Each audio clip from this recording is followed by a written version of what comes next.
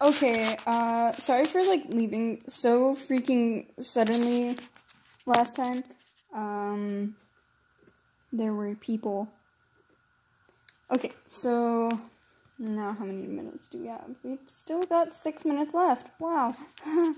Okay, I'm gonna start now. They stepped through the rows of broken down cars along the highway before deciding on a black BWM. Okay. On a black BWM that is partially melted into the pavement.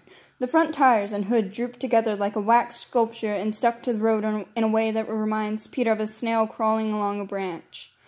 Denmark reaches in through the broken front window to unlatch the trunk, and it groans open just enough for Peter to haul it up. We gotta make sure this works, Denmark says and crosses back to the end of the car. You want to test it, or should I? I can. While Denmark holds the trunk lid open, Peter climbs inside. After being shut in, he tugs on the little handle and the trunk pops right back up, a rain of ash fluttering out of the creaky hinges, making him sneeze. It works. Peter sits up and holds it open again while Denmark goes back to the driver's seat and wrenches the manual latch off, rendering it useless before hurrying back and fishing a small screwdriver out of his pocket. He crouches down and slams the head of the tool into several inconspicuous places along the lid, making a few holes before getting into the trunk as well, the lid clicking shut just as the last of the day vanishes. The space is cramped, and it's an awkward task to get settled. He eventually parks himself on Denmark's chest, and by the time they both manage to stop squirming, he's pretty sure that he has whacked his head enough to cause permanent brain damage. Denmark's muffled laughter coincides with his uncomfortable groans as he flicks the older man's forehead. It's not funny, he grumbles. This sucks. You think this sucks? Try having it happen.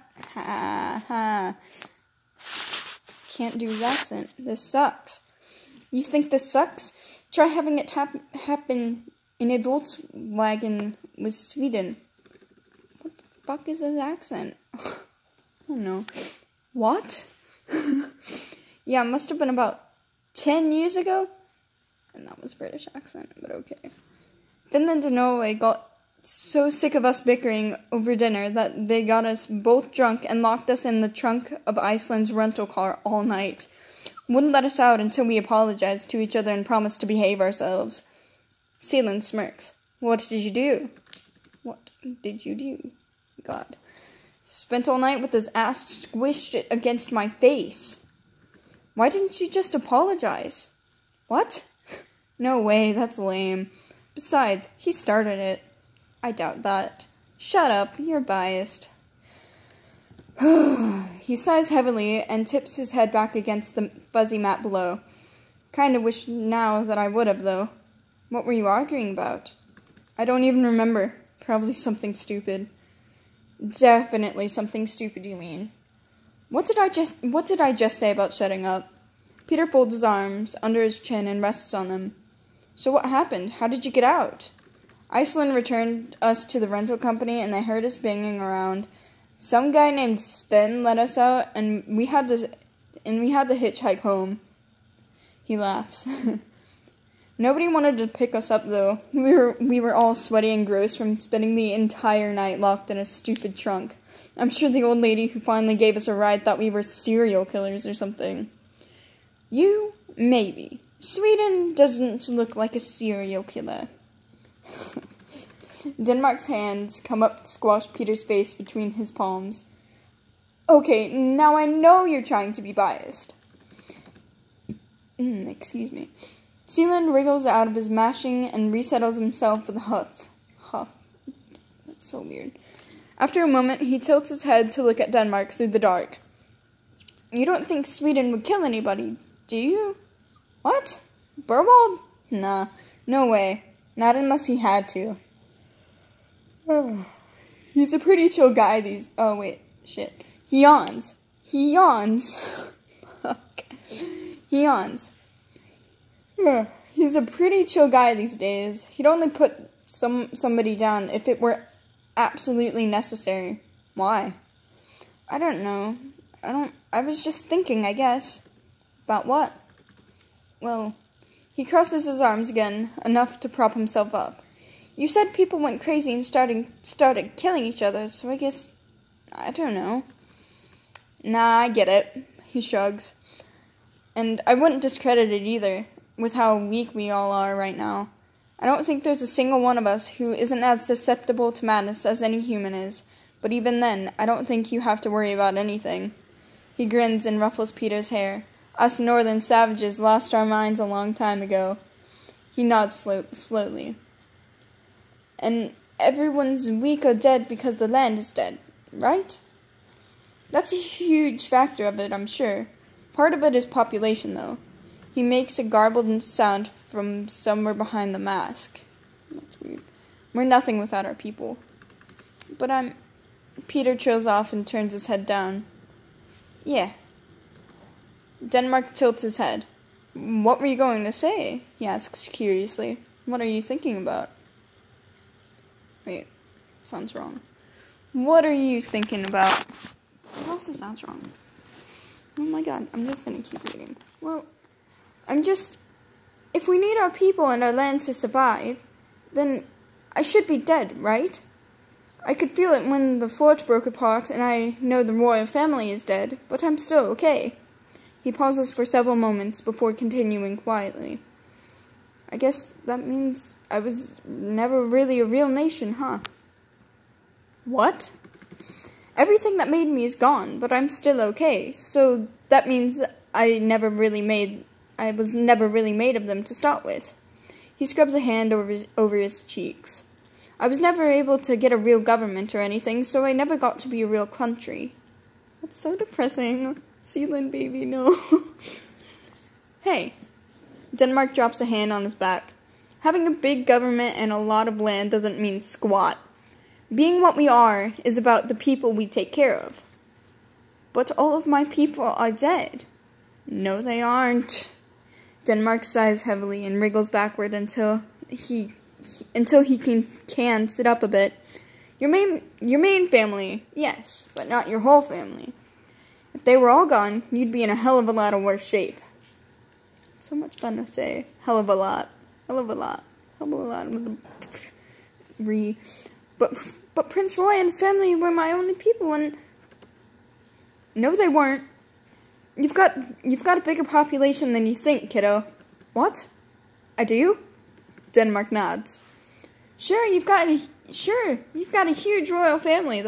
That tends to happen when you crown your nobility through the internet. But that's just a way of inducting people into your family. You probably got more lords and ladies than you know what to do with, which means there's no way every one of them is dead. But what if they are? They aren't. How can you know? Trust me, I know. How? Denmark grins. Because, dummy, I'm an official lord of Zealand, and I'm sure as shit not dead.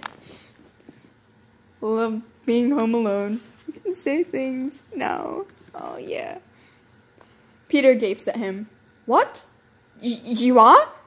Hell yeah, I am. So are Norway and Iceland. And Sweden. And Finland, of course. But you're already... Why?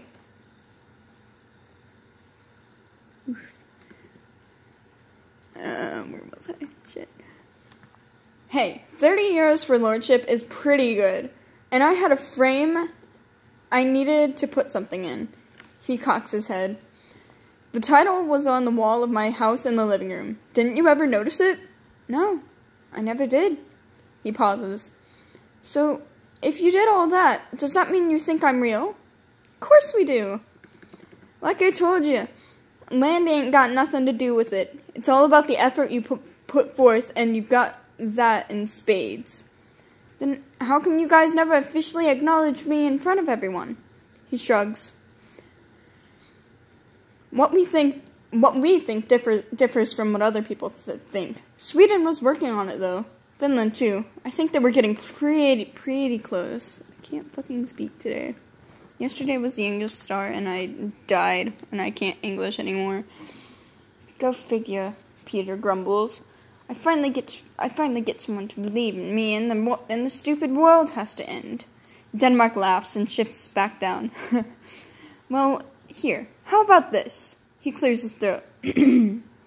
By the power vested in me by physical national status... National... By the power vested in me by physical national... Fuck! Sorry. Oh, shit. I know you're probably getting tired of this, but... And it's already 10 minutes in. Okay. By the power vested in me by physical national status, what the fuck ever. The Kingdom of Denmark hereby recognizes the Principality of Sealand as an independent sovereign state. He awkwardly bends his arm and extends his hand for Peter to shake. Welcome to the obnoxiously cliquey club of the United Nations, Mr. Kirkland. Don't eat the egg salad in the cafeteria. It'll give you the runs. This is so cute. I love him so much. Peter blinks at him and lamely shakes his hand. Really? If we manage to make it out of this, I'll put it down on paper for you. He grins. There isn't really anybody to stop me this time. Burwald and everybody else will sign it too. He cranes his neck up. That sounded weird. And, he whispers, when we find Arthur, you can rub it in his big, bushy face. Yes, big, bushy faces. Uno momento, por favor. I don't even know Spanish.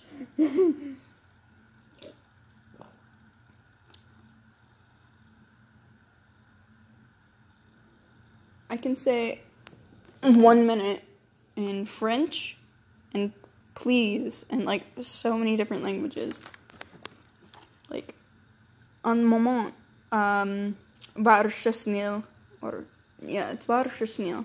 Hey, look, a lesson in French and Spanish and in Norwegian because varsha it's either varsha or varshagu. No, varshagu is you're welcome, I'm pretty sure. So varsha is please. You're welcome. Alright, let's continue reading. I'm sorry. I'm wasting your time. Okay. Peter's completely silent for a long time before he throws his arms around Denmark's neck as best he can and dissolves into muffled peals of laughter. He can't recall the last time he fell asleep so happy. And that's the end of part 3, finally, of Gutters, chapter 7. I'm just saying, since I keep forgetting to say this, Gutters is by, I think it's by Glass of Milk. Yeah, it's by Glass of Milk. Alrighty. Well, I shall see you next time, and I'll probably update again today because that's not even a full chapter yet. Alrighty, bye-bye.